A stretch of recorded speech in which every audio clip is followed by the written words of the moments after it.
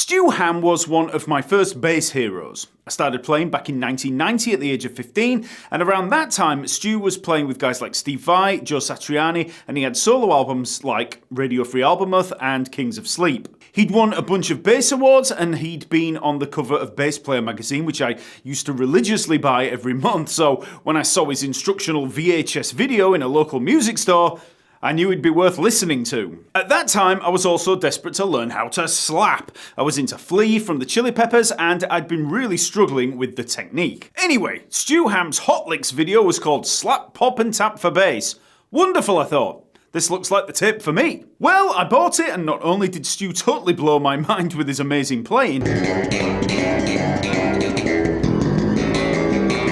it actually transformed my playing. After a few months of learning the lines in the video, I was slapping and tapping for fun. Stu became a huge hero of mine, and I began practicing every spare second of the day from that moment on. But the exercise in that video that threw me a curveball more than any other was not even performed on bass.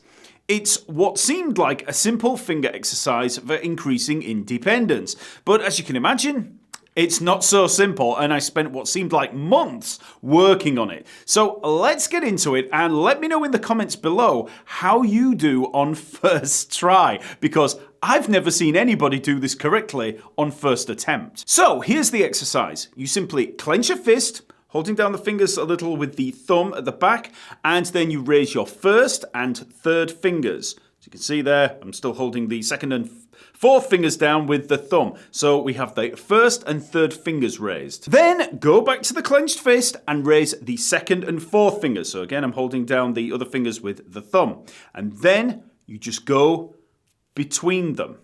Okay? So it's first and third, second and fourth. First and third, second and fourth. And then you just learn to go between them at speed. Once you have that down, you can try it in both hands. Just, different combinations, maybe one double speed, just working between them.